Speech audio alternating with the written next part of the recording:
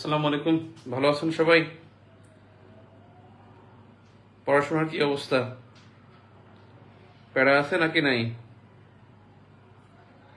আমরা কিন্তু ভালোই আগাচ্ছি মোটামুটি। পরীক্ষা যারা দিচ্ছেন এবং পরীক্ষার সময়ে যারা সিলেবাসটা কমপ্লিট করতেছেন তারা বেসিক্যালি খুব ভালো পরীক্ষা দিবেন। পরীক্ষা সিরিয়াসলি দিতে হবে এবং পরীক্ষা অ্যাটেন্ড করতে হবে। তো আমার কাছে যে প্রশ্ন আছে, লাস্ট পরীক্ষার যে কোশ্চেন আপনারা দেখছেন, এক নম্বর কোশ্চেন ছিল বেসিক্যালি 10 নম্বর ছিল এক নম্বর প্রশ্ন উত্তরে। ক নম্বরে ছিল যে মুজিব ব্যাটারি ও মুজিব বাহিনী, মুজিব ব্যাটারি ও মুজিব বাহিনী এটার পার্থক্যটা চাইছে, মানে পার্থক্য না, পরিচয়। এখানে মুজিব ব্যাটারি অনেকে মনে করছেন যেটা মানে টিকা, ওখানে টিকা কিন্তু লেখা নাই।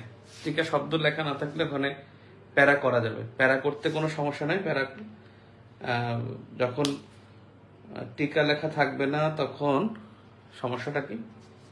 এটা কি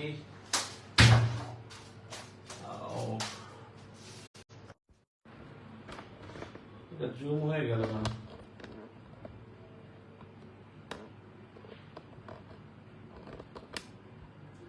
জাস্ট ক্লাস আজকে শর্ট ক্লাস, তো জুম হলে সমস্যা নেই। মুজিব ব্যাটারি বেসিক্যালি এটা হলো যে প্রথম আর্টিলারি, বাংলাদেশের সেনাবাহিনীর প্রথম আর্টিলারি। এটা হলো যে 80 জন গোলন্দাজ, মার্কি পাকিস্তান 80 জন গোলন্দাজ পাক সেনাবাহিনীর যারা পালিয়ে চলে আসছে পাক সেনাবাহিনী, এবং এরা হলো 6টি কামান নিয়ে এসেছিল।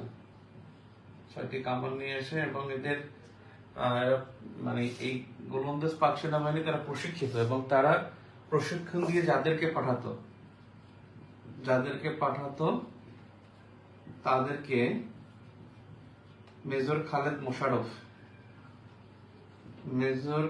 মোশাররফ মুজিব ব্যাটারি বলেছিল। এবং এই মুজিব ব্যাটারি অনেকে এটা আনসার করতে পারেন না। যারা আনসার করছেন তারা অনেকে আড়াই নম্বর প্রশ্নের মধ্যে 2 পেয়েছেন। মুজিব বাহিনী ছিল যে 4 খলিফা, মুক্তিযুদ্ধের সময় যে 4 খলিফার নেতৃত্বে আঞ্চলিক বাহিনী মানে 4টা অঞ্চলে 4 জন ছিল। এই 4 খলিফা যারা, সেটা হলো শেখ ফজলুল হক মনি, যিনি এখন ফজলুর তাপস, এবং আওয়ামী লীগের যে পরশ তাদের বাবা তোফায়েল আহমেদ, আব্দুর রাজ্জাক, আওয়ামী লীগের তৎকালীন ছাত্রলীগ নেতা এবং যুবলীগ নেতা।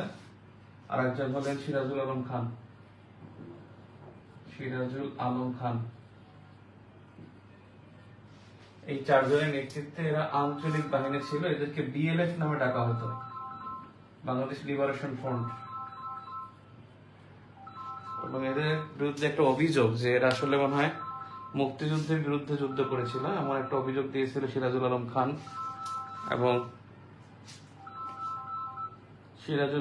এবং হলো মেজর জলিল। তারা বলেছিল যে তারা মুক্তিযুদ্ধের বিরুদ্ধে, মুক্তিবাহিনীর বিরুদ্ধে যুদ্ধ করেছিল, এরকম একটা অপবাদ আছে। বিএলএফ নামে ডাকা হতো। তো এই 2টা পরিচয় জানলে কিন্তু এনাফ। হ্যাঁ, এই 2টা দিলেই হয়ে যায়। কিন্তু আপনারা গান বাজনা লিখছেন, অনেকেই এই নম্বরে, এখানে অনেকেরই উত্তর হয়নি, এবং যাদের উত্তর হয়েছে তারা কিন্তু ভালো নম্বর পেয়েছে। আমাদের পরীক্ষা যে হয়েছে এখন পর্যন্ত খাতা, অনলাইনের খাতা, কয়েকটা খাতা বাকি আছে। তারা নাম না লেখার কারণে নামটা পেয়ে আমরা ওটা শেষ করবো। তো এখন পর্যন্ত 55 উঠেছে, 55.25 তৌহিদুর রহমান পেয়েছে। তৌহিদুর রহমানের খাতা আমি শেয়ার করব। সেকেন্ড হলো শুভ পেয়েছে 53, আর 52 পেয়েছে খুব সম্ভবত সৈয়দা সামথিং, কি যেন নামটা, ও পেয়েছে 52। সো এখানে 53 আর 52 হলো মার্কস, এবং এক্ষেত্রে তারা কিন্তু 68% মার্কস পেয়েছে। 68% মার্কস এখানে হাইস্ট উঠেছে। 65 to 68% মার্কস মানে কম না, অনেক মার্কস বাংলাদেশ বিষয়গুলিতে বিশেষ করে। আমাদের প্রশ্ন আসছে এরপরে মুক্তিযোদ্ধা ও মুক্তি বাহিনী। মুক্তিযোদ্ধা ও মুক্তি বাহিনী, আপনারা যা, যদি আমি যে কথাগুলো লিখছি যত সংক্ষিপ্ত, মানে সুন্দর উত্তর হলো সংক্ষিপ্ত ভাবে উত্তরটা বোঝানোকে সুন্দর উত্তর বলে, বুঝছেন? যেহেতু তো সংক্ষিপ্ত উত্তর করতে পারছেন, অনেক আছেন এক পাতা লিখছেন, 20 নম্বর প্রশ্ন এইপিট আর ওপিট লিখছেন, তিনি কিন্তু 10-11 পেয়ে গেছেন, তো তিনি বেসিকটা লিখছেন। আর কেউ আছেন যে অনেক লিখছেন, লিখতেই আছে, কিন্তু আলটিমেটলি তার আনসারটা ওখানে কোন জায়গায় যে আনসারই খুঁজে পাওয়া যায় না। আপনারা রাইটিং স্ট্র্যাটেজির ক্লাসটা কিন্তু আরেকবার করবেন, হ্যাঁ, পরীক্ষা দেওয়ার আগে আরেকবার রাইটিং স্ট্র্যাটেজি ক্লাসটা করবেন।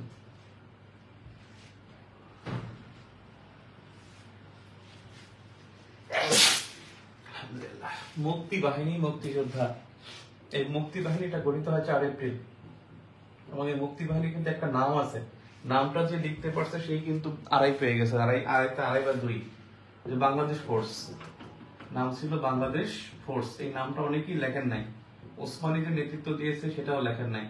মুক্তি বাহিনী যে বিভিন্ন বাহিনী থেকে আসছে, বিভিন্ন বাহিনীর সদস্যদের নিয়ে গঠিত, পাকিস্তানে বিভিন্ন বাহিনীর সদস্যদের নিয়ে গঠিত, এটা কিন্তু অনেকেই লেখেন নাই, অনেকে উল্টাও লিখছেন। মুক্তিযোদ্ধা তারা হলো ছাত্র কৃষক শ্রমিক জনতা, ছাত্র কৃষক শ্রমিক জনতা, এদেরকে নিয়ে হলো মুক্তিযোদ্ধা, এবং এরা ট্রেনিং প্রাপ্ত, এবং এরা হলো বেসামরিক জনগণ, বেসামরিক জনগণ। এটা আপনারা অনেকেই কিন্তু এটা উত্তর করতে পারেন না। এইটা হলো বেসিক। এখানে আপনাদের 2 নম্বর প্রশ্ন আসছে। 2 নম্বর প্রশ্নটা ছিল যে মুজিবনগর সরকার,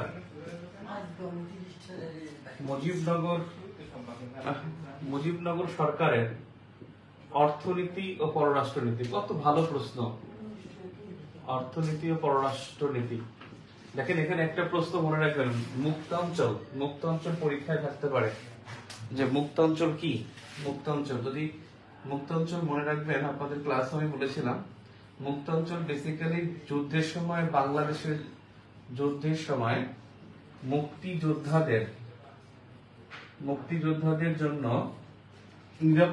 নিরাপদ অঞ্চল, এই নিরাপদ অঞ্চলকে বলা হয় মুক্তাঞ্চল। মুক্তাঞ্চল বিভিন্ন জায়গার নাম মুক্তাঞ্চল ছিল। তাহলে মুজিবনগর অর্থনীতি পররাষ্ট্রনীতি, এখানে যেটা মিসিং ছিল আপনাদের উত্তরে, অর্থনীতির মধ্যে বাংলাদেশ ফান্ড কথাটা এখানে উল্লেখ করতে হবে। প্ল্যানিং সেল, বাংলাদেশ যে একটা প্ল্যানিং সেল করেছে, প্ল্যানিং সেলের কথা আসবে। 6 মাস ব্যাপী যে একটা বাজেট আছে, 6 মাস ব্যাপী বাজেটের কথা উল্লেখ করতে হবে। এরপর এখানে বাংলাদেশ সিলমোহর, বাংলাদেশ পুরোটাই লিখতে হবে, এখানেও বাংলাদেশ পুরোটা লিখবেন, আমি বিড়ি লিখতেছি তাড়াহুড়ো করে। বাংলাদেশ সিলমোহর, সিলমোহরে মানে মুদ্রায় বাংলাদেশ সিলমোহর দান। তারপরে হলো শরণার্থী করের টাকায়, করের অর্থে বাংলাদেশ সিলমোহর দিয়ে পরিচালনা। এইটা হলো যে অর্থনৈতিক কার্যক্রম। এরপরে পররাষ্ট্রনীতির মধ্যে যেটা দরকার, 17টি মিশন চালু, এটা সবার আগে আসবে। এবং কলকাতা, লন্ডন এবং ইউরোপ, জাতিসংঘে আউটার অঞ্চলে সেখানে 17টি মিশনের কথা বলতে হবে। জাতিসংঘে ইউএনএ প্রকাশের জন্য চেষ্টা, অর্থাৎ এটা উপস্থাপনের জন্য চেষ্টা, প্রকাশের বা উপস্থাপনের জন্য চেষ্টা, এই চেষ্টাটা করা হয় এখানে জাতিসংঘে আমাদের পররাষ্ট্র মন্ত্রী। তারপর হলো ভারত ও রাশিয়ার সমর্থন আদায়। আর একটা গুরুত্বপূর্ণ বিষয় হলো ইউকে ও ফ্রান্স, তারা কিন্তু আমাদের মুক্তিযুদ্ধের বিপক্ষে ভোট দেয়নি, আমাদের মুক্তিযুদ্ধে কিন্তু আমাদের ভোটদানে বিরত ছিল। সেই কূটনৈতিক প্রচেষ্টা চালানো দেখা যায় নাকি?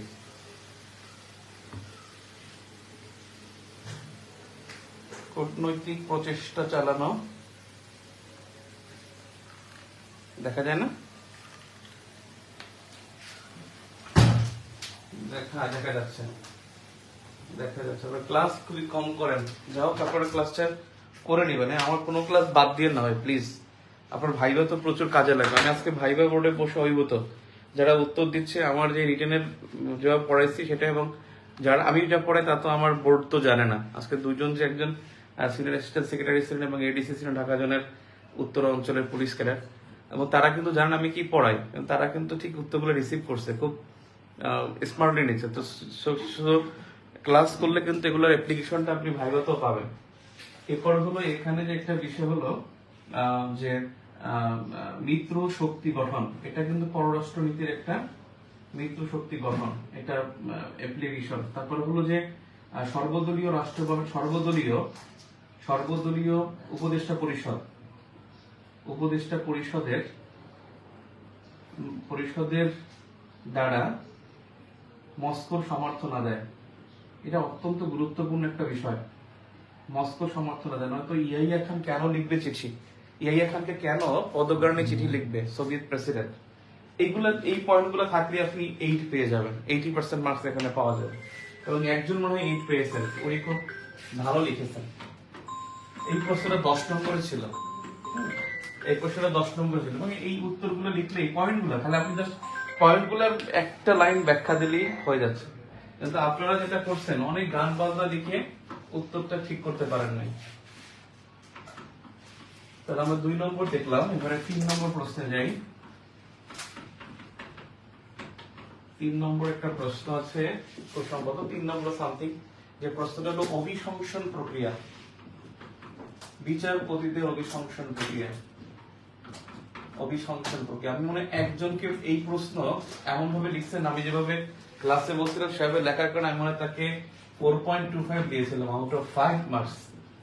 5 নম্বরের মধ্যে 4.25 দিয়েছিলাম, কারণ একেবারে এরকম লিখতে হবে, এটা 72 সংবিধান। আমি যেভাবে বলছিলাম সেভাবে শর্টকাট, গান বাজনা না। আপনার গান বাজনা লিখলে আমি উত্তরটা খুঁজবো কোথায়, উত্তর পাবো কোথায় আমি? আপনি এত গান বাজনা লিখলে আমি উত্তর কোথায় খুঁজবো? এরপরে হলো এখানে 72 সংবিধান কি বলছে, সংসদ কর্তৃক অভিশংসন হবে।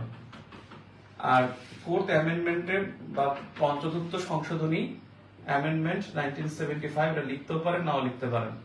এটার মাধ্যমে হলো যে এটা রাষ্ট্রপতি কর্তৃক অভিশংসন হবে, রাষ্ট্রপতি কর্তৃক। 5th অ্যামেন্ডমেন্ট 1979, সাল লিখতেও পারেন নাও লিখতে পারেন। সুপ্রিম জুডিশিয়াল কাউন্সিল কর্তৃক। 16th অ্যামেন্ডমেন্ট, এটা হলো এখানে লিখতে হবে যে 5th অ্যামেন্ডমেন্ট অবৈধ হয় 2010 সালের 2 ফেব্রুয়ারি। এরপরে লিখলেন আপনি 16th অ্যামেন্ডমেন্ট 2014, এটার মাধ্যমে বলছে যে সংসদ কর্তৃক। তার মানে এটা হলো 2016 সালে এই 16তম সংশোধনী বাতিল হয়, বর্তমানে রিভিউতে আছে, হাইকোর্টে রিভিউতে আছে। কথাটা লিখতে পারেন যে বর্তমান দৃষ্টান্ত রাষ্ট্রপতি কর্তৃক হবে, ব্র্যাকেটে লিখবেন যে রিভিউ নিষ্পত্তি না হওয়া পর্যন্ত, কারণ এই ব্যাখ্যা একমাত্র রাষ্ট্রপতি দিতে পারবে। তার মানে রাষ্ট্রপতির হাতে, রাষ্ট্রপতি যদি বলে যে আমার মাধ্যমে হবে তাহলে আমার মাধ্যমে হবে। কেউ বলছেন এখানে সুপ্রিম জুডিশিয়াল কাউন্সিল, অনেকে জুডিশিয়ারি কাউন্সিল লেখেন, সুপ্রিম বানান হয় না। এভাবে কিন্তু বিসিএস পরীক্ষায় আপনারা আজকে যে খাতা দেখছি আমি, এই খাতা আমি বলতে পারি যে এখানে টপমোস্ট যারা 40 আপ পাইছেন তারা কিন্তু ক্যাডার হওয়ার মতো পরীক্ষা দিচ্ছেন, কিন্তু এর নিচে যারা নাম্বার পেয়েছেন তারা ক্যাডার হওয়ার মতো না। কিছু প্রশ্ন ভালো হয়েছে, কিছু প্রশ্ন উত্তর হয় না, কিছু প্রশ্ন ফুল আনসারই করতে পারেন নাই। এত স্লো লিখলে কিন্তু আপনার বিপদ আছে। বাংলাদেশ ইন্টারন্যাশনাল দেখা যাবে 35% মার্কস পেয়ে বসে থাকবেন, এবং 35% 40% মার্কস পেলে আপনার কাভার দিতে অনেক কষ্ট করতে হবে। মিনিমাম 55 to 60% মার্কস পাইলে আপনার ক্যাডার মার্কস, যারা সায়েন্স ব্যাকগ্রাউন্ড তাদের 55 to 60% মার্কস মিনিমাম পাওয়াটা জরুরি। নাম্বার 4, প্রশ্ন নাম্বার 4 যেটা একটা আসছে, মানে একটা প্রশ্ন আসছে যে 72 সংবিধানের বৈশিষ্ট্য এবং 72 সংবিধানে ফিরে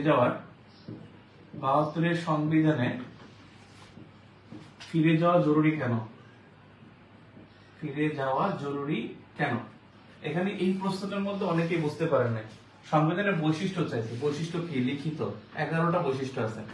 লিখিত, দুষ্পরিবর্তনীয়, দুষ্পরিবর্তনীয়, লিখিত দুষ্পরিবর্তনীয় ধর্মনিরপেক্ষতা, ধর্মনিরপেক্ষতা।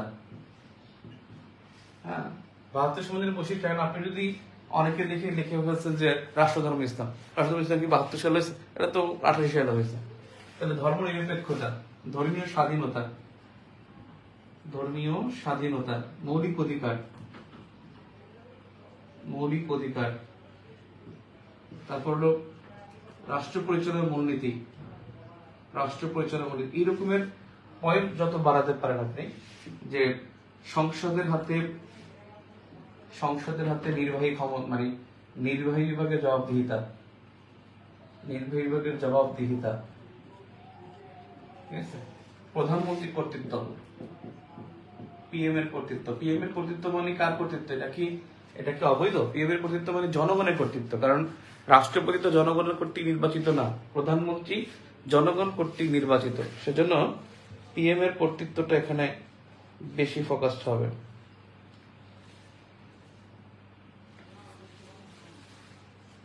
আল্লাহ কয় কি, বোর্ডে কিছু বোঝা যায় না?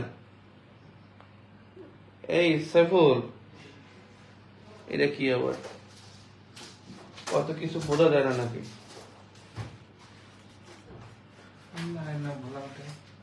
হ্যাঁ, ওঠে কেন? কত ভালো লাগে। কোথা থেকে আসছে এগুলা? হবে কেন? ক্যামেরা কোন এটা? না, এটা তো ক্যামেরা নাকি?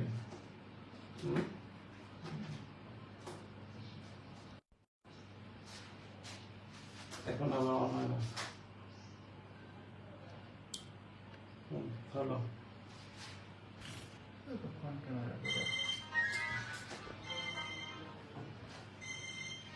লিখিত দুষ্পরিবর্তনীয় ধর্মনিরপেক্ষতা, ধর্মের স্বাধীনতা, মৌলিক অধিকার, মূলনীতি, সংসদের হাতে নির্বাহী বিভাগের জবাবদিহিতা, সংসদের হাতে নির্বাহী বিভাগের জবাবদিহিতা। তারপরে হলো প্রাইম মিনিস্টার কর্তৃক, পিএম এর কর্তৃত্ব, সরি কর্তৃক না, কর্তৃত্ব, পিএম এর কর্তৃত্ব, প্রধানমন্ত্রীর কর্তৃত্ব। এখন 72 সংবিধানে ফিরে যাওয়া জরুরি কেন? আমি লিখে তারপরে বসে যাই, তাহলে আপনি বুঝতে পারবেন 72 সংবিধানে ফিরে যাওয়া জরুরি কেন। আপনি দেখেন 72 সংবিধানে কি ছিল? 72 সংবিধানে ছিল মূলনীতি 4টা। এই 4টা মূলনীতি কিন্তু বিভিন্নভাবে রহিত হয়েছে। নাম্বার 2 যেটা, নাম্বার 2 হলো 72 সংবিধানে কিন্তু আপনার জরুরি অবস্থা বা কালো আইন ছিল না। জরুরি অবস্থা জারি বা কালো কানুন, এটা কিন্তু এখানে অ্যাড করা হয়নি। যেটা করা হয়েছিল পঞ্চম সংশোধনীতে, পঞ্চম সংশোধনী করা হয়। নাম্বার 3 দ্বিতীয় তফসিল, দ্বিতীয় তফসিল সংক্রান্ত তথ্য, এটা কিন্তু 72 সংবিধানে ছিল না। নাম্বার 4, নাম্বার 4 যেটা, নাম্বার 4 হলো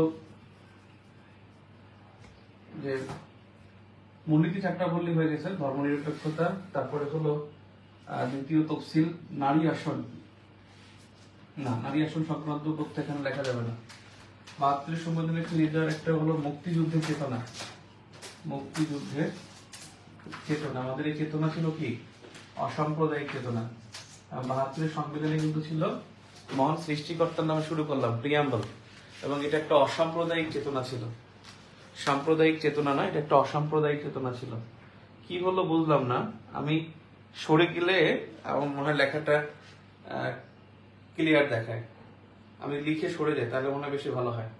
তাহলে মুক্তিযুদ্ধের চেতনা, এটা 9 মুক্তিযুদ্ধের চেতনা, অর্থাৎ অসাম্প্রদায়িক যে চেতনা, সেটা এখানে বাস্তবায়িত হয়।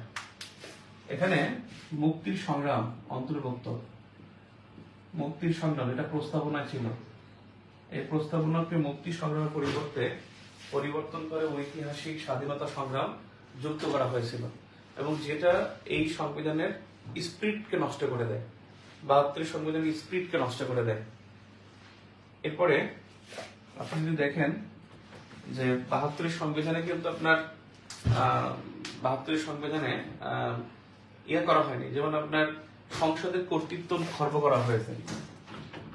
সংসদের কর্তৃত্ব ছিল, এবং এই কর্তৃত্ব খর্ব করা হয়েছিল পঞ্চম সংশোধনীতে। যেমন বিচারপতি রবি সংসদ সহ বিভিন্ন ক্ষেত্রে রাষ্ট্রপতি শাসিত সরকার হলে কিন্তু সংসদের কর্তৃত্ব থাকে না, এবং এরশাদ এবং জিয়াউর রহমানের সরকারে তখন কিন্তু সংসদের কর্তৃত্ব থাকে না।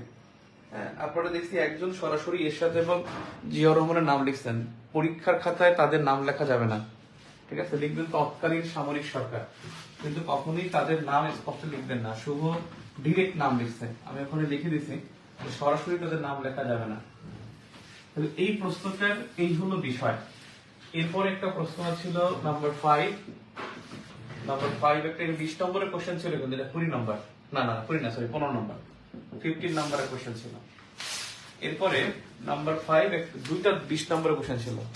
20 নম্বরের কোশ্চেন ছিল দুইটা। একটা প্রশ্ন ছিল যে জাতীয় সংসদের গঠন, ক্ষমতা ও কার্যাবলী।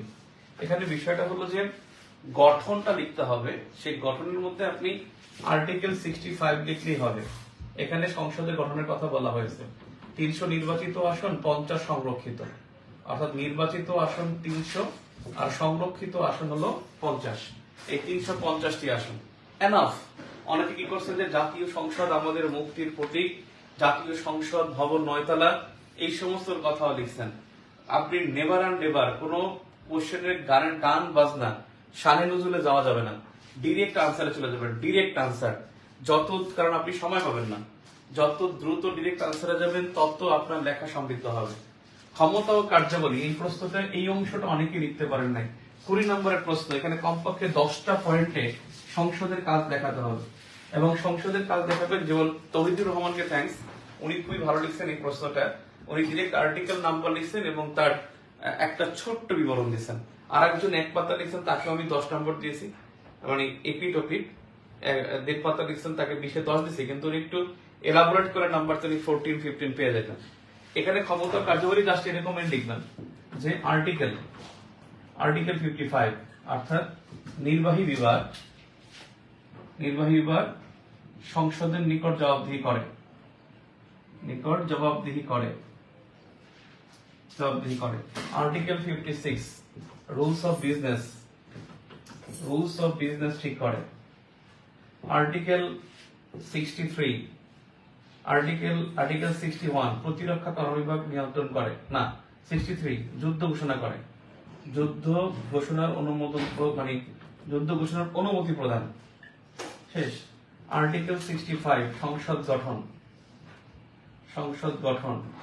আর্টিকেল 72 স্পিকার নিয়োগ, কোরাম সংসদের কোরাম গঠন করে। আর্টিকেল 77 ন্যায়পাল নিয়োগ। আর্টিকেল 80 আইন তৈরি। আর্টিকেল 87 বাজেট পেশ করে, আর্থিক বিবরণী প্রদান করে। তারপরে হলো আর্টিকেল 93 অর্থাৎ অধ্যাদেশ অনুমোদন করে।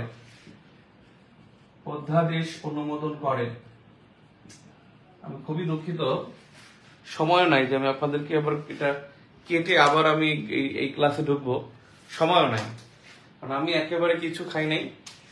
ভাইবা শেষ করে আপনাদের ক্লাসে ঢুকে গেছে, ভাইবা শেষ করে এসে মক ভাইবা চলছে রাত 10:45 পর্যন্ত। এরপরে হলো আর্টিকেল অন 7 প্রশাসনিক ট্রাইব্যুনাল গঠন। এরকম করে আর্টিকেল অন 42 যেটা হলো সংবিধান সংশোধন। এইভাবে আপনার ক্ষমতা কার্যাবলী লিখতে হবে। এখানে অন্য কোনো গান বাজনা চলবে না, ডিরেক্ট চলবে না। এভাবে যে লিখবেন সে ভালো নাম্বার পেয়েছেন। আপনার কোশ্চেন গুলা খুব বেশি টাইম দিয়ে লিখতে হবে এমন না, খুব সুন্দর করেই কোশ্চেন গুলা ছিল। নাম্বার 6 ছিল মুক্তিযুদ্ধের চেতনায় মুজিব দর্শনের প্রভাব। মুক্তিযুদ্ধের চেতনায়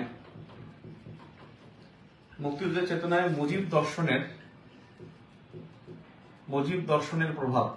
এখানে 3টা পয়েন্ট হবে, একটা মুক্তিযুদ্ধের চেতনা আর একটা মুজিব দর্শন, এরপরে প্রভাব লিখতে হবে। আপনারা এই 3টা পয়েন্ট কেউই লেখেন না। একজন মনে হয় লিখছেন, তাকে আমি এখানে খুব ভালো মার্ক দিয়েছি, সম্ভবত 15 বা 14 দিয়েছি, আর ম্যাক্সিমাম এখানে 13-12 এরকম নাম্বার পেয়েছেন। 13, 12, 11 এরকম নাম্বার পেয়েছেন। এখানে মুক্তিযুদ্ধের চেতনা কি? মুক্তিযুদ্ধের চেতনা যদি বলে সেটা হলো যে শোষণ মুক্ত সাম্যবাদী সমাজ প্রতিষ্ঠা, শোষণ মুক্ত সাম্যবাদী সমাজ প্রতিষ্ঠা, এটাই হলো আমাদের মুক্তিযুদ্ধের চেতনা। শোষণ মুক্ত সাম্যবাদী সমাজ প্রতিষ্ঠা, কারণ আমাদের এখানে সাম্যবাদ দরকার ছিল, শোষণ মুক্ত সমাজ দরকার ছিল।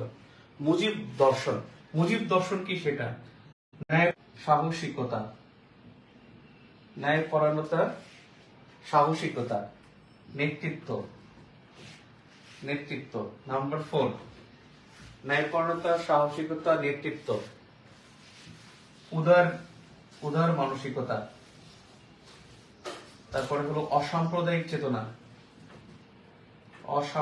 চেতনা, আপাদমস্তক রাজনীতিক, ত্যাগের মহিমা যে 13 বছর তিনি জেল কাটছেন, ত্যাগের মহিমা, এরকম করে তার বিষয়গুলো দেখিয়ে মুজিব দর্শনে কমপক্ষে 7-8টা পয়েন্ট দিয়ে তারপরে আপনি এটাকে রিলেট করবেন। এরপর লিখবেন বঙ্গবন্ধুর এতটা খালি পয়েন্ট গুলো লেখা, যে 6 দফার মধ্যে তিনি মুক্তির কথা বলছেন, তারপরে 6 দফা উত্থাপন করবে, 7 মাসের ভাষণের কথা লিখবেন, জেল খেটেছেন সেটা লিখবেন, তারপরে 13 বছর জেল কাটছে সেটা লিখবেন। এভাবে আপনি মুক্তিযুদ্ধের চেতনায় মুজিব দর্শনের প্রভাব লিখতে পারেন। ঠিক আছে, তো সকলকে অসংখ্য ধন্যবাদ। আজকে পর্যন্তই। সোমবার দিন আপনাদের সাথে ক্লাসে দেখা হবে, আগামী সোমবারের ক্লাসে। হ্যাঁ, এখনো বলে আসেন, কিছু বলতেছে আমরা? সাউন্ড প্রবলেম, ব্লার হচ্ছে, খুবই দুঃখিত যে কেন ব্লার হলো আমি বুঝতেছি না। এটা কাটারও কোনো সুযোগ নেই, আমাদের ক্লাস আবার ভাইবার ক্লাস শুরু করতে হবে। ওকে, আল্লাহ হাফেজ। সোমবার দিন দেখা হবে ইনশাল্লাহ ক্লাসে। সোমবার দিন আমরা পরীক্ষা যে 8 তারিখে যে পরীক্ষা রুটিন, সেই অনুসারে হয়তো বাংলাদেশ বিষয়াবলী সেটার উপরে ক্লাস দেবো। আসসালামু আলাইকুম।